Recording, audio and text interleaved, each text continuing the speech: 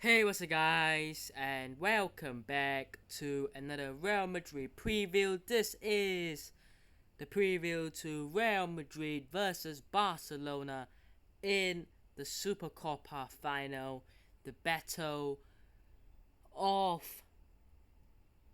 the two Spanish giants in our classical Supercopa final.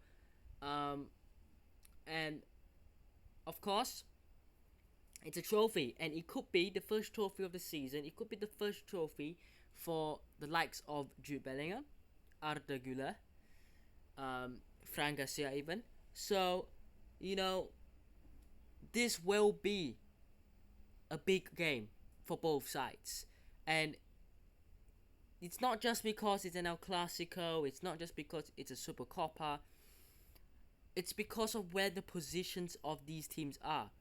Because Real Madrid want to win, as always. Barcelona, I feel like have to win to what is the word? Reconstruct their season back. I think that they almost have to win this game to find their form back, to get the confidence boost. Because right now, it really isn't going too well for them in terms of La Liga. In the Champions League, they barely made it out of the group at the top place, and they might make it past Napoli, and then they might go to the quarters, but how far will they progress in the Champions League? In La Liga, they're currently 7 points behind Real Madrid and Girona, so they aren't gonna win La Liga. They probably won't make it far into the Champions League, and they definitely will not win the Champions League. They could win the Copa del Rey, um, but if there's a guarantee of a trophy, they're in the final of the Super Copa after a not very convincing win against Osasuna. I'm not gonna lie, but you know, this is their best chance of winning a trophy this season. If not, they could go trophyless for the season. So they're gonna come into this game with a lot of fight, with a lot of energy, with the mindset and the mentality to get the win, to get that trophy in their hands. And I think Real Madrid have to respond with that, with the same, if not more, of that belief, because everyone is putting Real Madrid as the favourites going to this game. But I do not want to let this get us ahead of ourselves, because El Clasico, you can never predict the winner before the games have started. And we've said this many times, and many times it has proved us wrong. So Barcelona 100% of a chance in this game, but it's about how they play and which version of Barcelona we're going to play against. Let's quickly talk about Barcelona and their previous games. Like I said, they played Osasuna, which they won by 2 goals to 0. They took an hour to score, and then deep into the 90th few minutes, and then they got the second. But recently, they also narrowly beaten Barbastro in the Copa del Rey. They also narrowly beaten Las Palmas in La Liga. They also narrowly beaten Almeria. So you're looking at the last 3 games, right?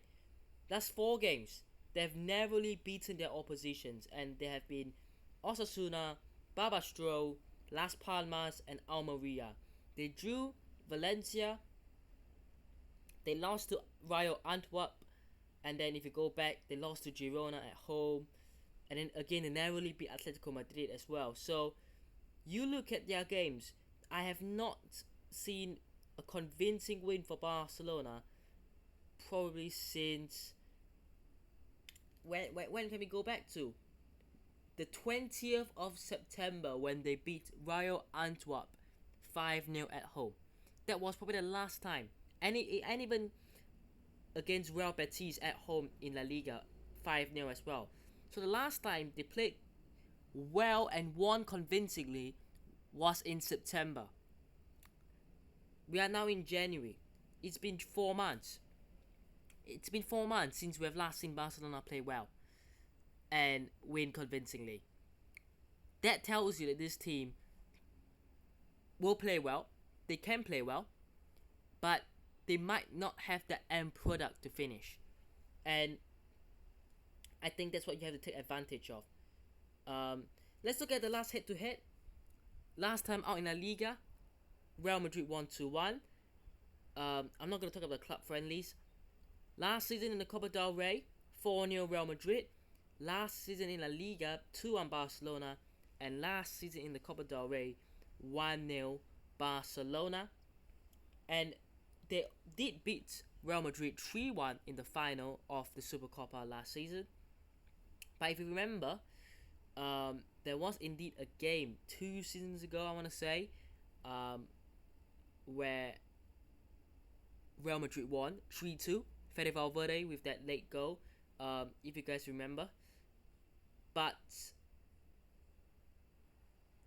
if you go back to the past few games, it's this season wise, it's been Real Madrid and even the end of last season. But Barcelona were good last season and they've beaten us. So it's kind of like, can we get back at them? And the answer is we can. They are not a side that you can't get at. They are definitely a team that you can get at. But let's talk about Real Madrid as well, because last game against Atletico Madrid, 5-3. Defensively, the issues are still going to be there.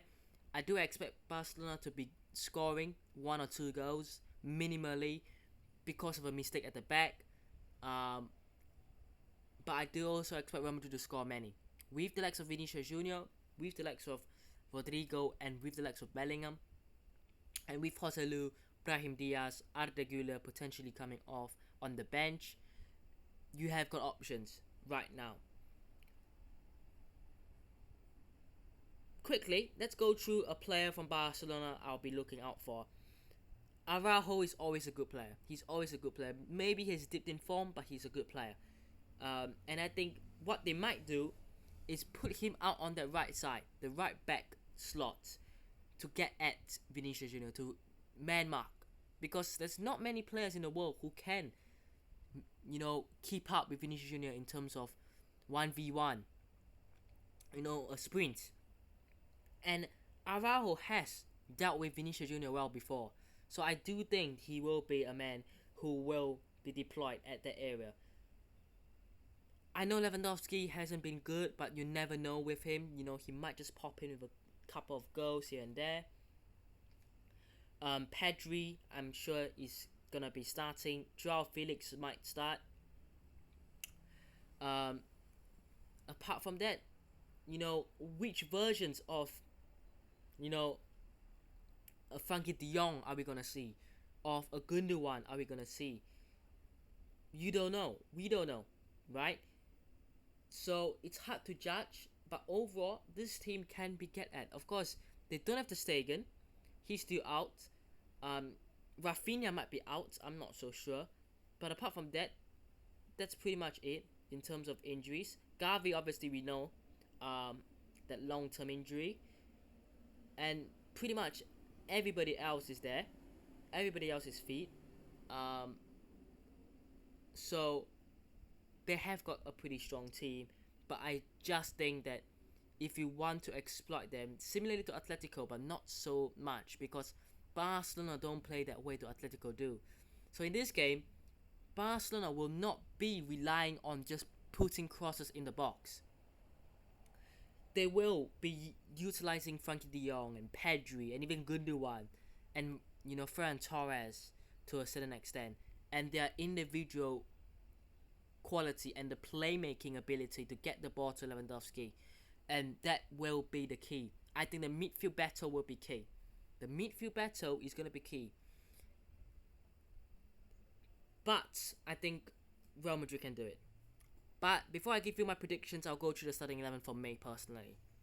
In goal, again, coin flip. Kepa played the last game, like I said, in the review against Atletico. Go and check it out if you guys haven't already. That goal, the third goal we considered, was Kepa's fault, but it wasn't entirely his fault. And I don't think we can be criticizing Kepa already because of one goal mistake that he made. Let's just put it that way.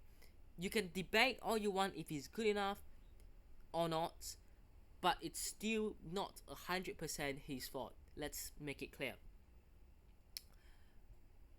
But I've gone with Lunin. Because I do expect Ancelotti probably to make the changing go. And I don't think these two players are very dissimilar. I think that Kepa and Lunin, whoever starts, it will probably be about the same. Back four. Mendy started and he scored against Atletico. I think he'll stay in the starting 11. I can't see him being dropped. Rudiger scored. Can't see him being dropped. Nacho, we have no one. He has to play. Carvajal, there were doubts maybe because he didn't train at the time of recording yesterday, but he'll still play definitely. He's important and he was very good against Atletico Madrid. Man of the match. Like I said, midfield battle. You have to win it, which is why Tchouaméni has to start. Next to him, you could go Cruz. I've got Modric because I think Cruz against a Pedri, against a De Jong, you will lose out a lot more in terms of the speed in the midfield. And if a Pedri is making a run and Cruz is not able to keep up, you lose a man in the midfield. I've gone Valverde similarly for that exact reason. Get that pace in the midfield, the energy, like I said, the pace, the speed in the midfield, the engine in the midfield, running up and down. That's what we need. And in the front three, Bellingham, Vinicius Jr. and Rodrigo. They are very, very different in terms of what they offer, but they are all similar in terms of we have the same objective. Vinicius Jr. will running behind. He'll running behind. He'll try to get in behind Araujo or Koundé as much as he wants. Rodrigo, look, I expect him to not always stay on the wide, but also come into the midfield. And Bellingham, I think he'll push forward. I really do think that that's his role now, and that is probably the freedom that he's been given. No striker, let him push as a false 9. Rodrigo will probably come into the middle.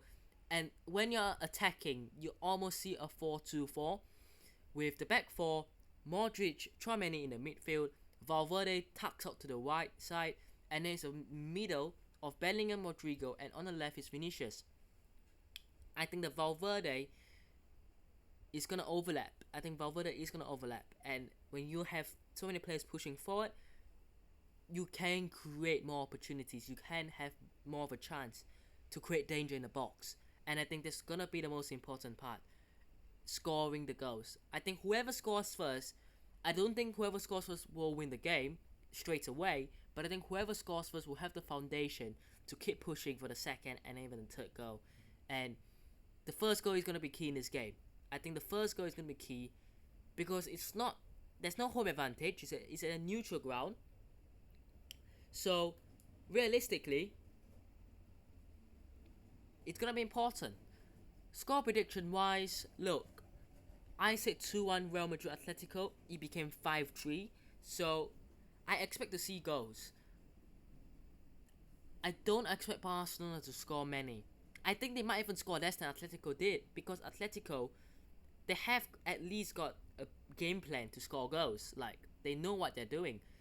Looking at Barcelona, do they know what they're doing? Questionable. I'm going to go Real Madrid to win this by 3-1. I don't think we're going to score more than 3. I think Barca are going to score at least 1. But I don't think it's going to be like a 3-2 or 2-1.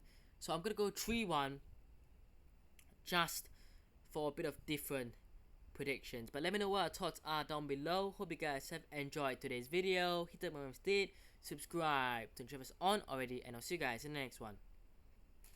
Peace.